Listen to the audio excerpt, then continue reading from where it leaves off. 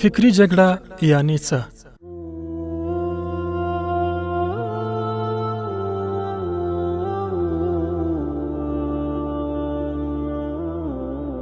فکری جګړه هغه جګړه ده چې کفار د مسلمانانو د تسخیرولو او د هغوی د شریعت، عقیدې، فکر، عرفونو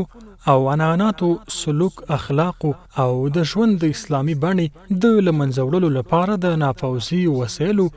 له لارې د دې لپاره پر مخ بیایي چې مسلمانان له خپل ځانګړي تشخص او پیژندګلوۍ څخه محروم او په هر څه کې د غرب په تقلید اخته کړي، تر څو د کفارو په خلاف د جګړې تصور هم په ذهن کې ونه لري. په فکری جګړه کې د مسلمانانو فزیکی وجود هدف نه ګرځول کیږي، بلکې د هغوی دین، فکر، ټولنیز عنعنات، شخصي او اجتماعي اخلاق او رواني او روحي کیفیت د هدف په حیث سرزربې لاندې نیول کیږي، ځکه چې دا هغه عوامل دي چې د ټولنې افراد له خپل فزیکی او معنوي وجود څخه د دفاع او د یرغلګرو په مقابل کې د مقاومت لپاره د جګړې په صف کې دروي. خو هر کله چې دغه عوامل په تجرید سره په سیستماتیک ډول له منځه یوړل شي، د دښمن په مقابل کې مقاومت په خپله له منځه ځي، چې په نتیجه کې دښمن له هر ډول مالی او ځاني تلفاتو خوندي پاتې کېږي او هدف هم له جګړې پرته لاسته ورځي. د تاریخ په اوږدو کې باطل همیشه د حق په ضد کې له فکری جګړې څخه کار اخیستی، چې څو بیلګې درته وړاندې کوو. ابلیس علیه لعنه له جنت څخه د آدم علیه السلام او بیبي حوا د ایستلو لپاره له فکری جګړې څخه کار واخیسته. آدم علیه السلام ته ځان ناصح او خواخوږی ښکاره کړ، قسمونه یې ورته وکړل، وسوسه یې پرې وکړه او تیر یې باسه. د باطل پلویانو همیشه د انبیاء علیه السلام په ضد د نظامي جګړې ترڅنګ له فکری جګړې څخه هم کار اخیستی دی.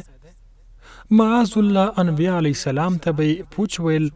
د لیونتوب، کم عقلی او ساحرتوب نسبت به ورته کاوه. د الله جل جلاله له لوري ورته نازل شوي کتابونه او صحیفې او وحی به سحر، له ځانه جوړې شوي خبرې او د مخکینیو زمانو نقلونه ګڼل. په مکه معظمه کې د اسلامي دعوت د مخنیوي په موخه له رسول الله صلی الله علیه وسلم نه د خلکو د لرې کولو په هدف د مکې د مشرکانو له لوري دته د لیوني، ساحر، کاهن او مسحور ویل، د قرآن کریم د تعلیم ممانعت، د قرآن کریم د لوستلو پر مهال شور ماشور، قرآن کریم د تیرو زمانو نقلونه او له ځانه جوړې شوې خبرې ګڼل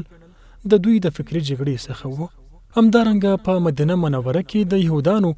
له لوري د مسلمانانو د تشکیک په خاطر د ورځې په سر کې مسلمانېدل او د ورځې په پای کې د اسلام څخه ګرځېدل. همدغه راز د صلیبي جګړو له ماتې وروسته په عقیدوي ډول د مسلمانانو د ماتولو لپاره د صلیبیانو له لوري د استشراق، تبشیر او تنصیر په نامه فعالیتونه د اسلام په ضد د دوی د فکري جګړې څخه و چې تر نن پورې لا هم دوام لري. د اسلام او مسلمانانو لپاره د صلیبیانو د عسکري جګړې په پرتله د دوی د فکري جګړې خطر خورا زیات ده، ځکه عسکري جګړه ښکارا خو فکري جګړه پټه روانه وي. عسکري جګړه ځمکه اشغالوي، خو فکري جګړه عقل، فکر او فرهنګ اشغالوي. عسکري جګړه جنگي وسایل او ودانۍ له منځه وړي، خو فکري جګړه ایمان، عقیده، عزم او اراده له منځه وړي. د عسکري جګړې د ورانۍ بیا ودانول لږ وخت غواړي، خو د فکري جګړې د ورانۍ بیا ودانول پیړۍ وخت غواړي. که عسکري جګړه د ټوپک، ماشیندار له اوږې څخه د ویشتونکي توغندي، جنګي الوتکو او جنګي بیړیو په مټ مخ ته وړل کېږي، خو فکري جګړه د هغو وسایلو پر مټ ترسره کېږي چې د انسان په فکر اغیز کوي او فکر ته یې تغییر ورکوي.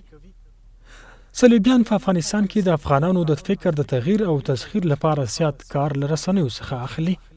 خو ځوانانو، د یو ځوان په صفت تاسو ځوانانو ته دا پیغام لرم چې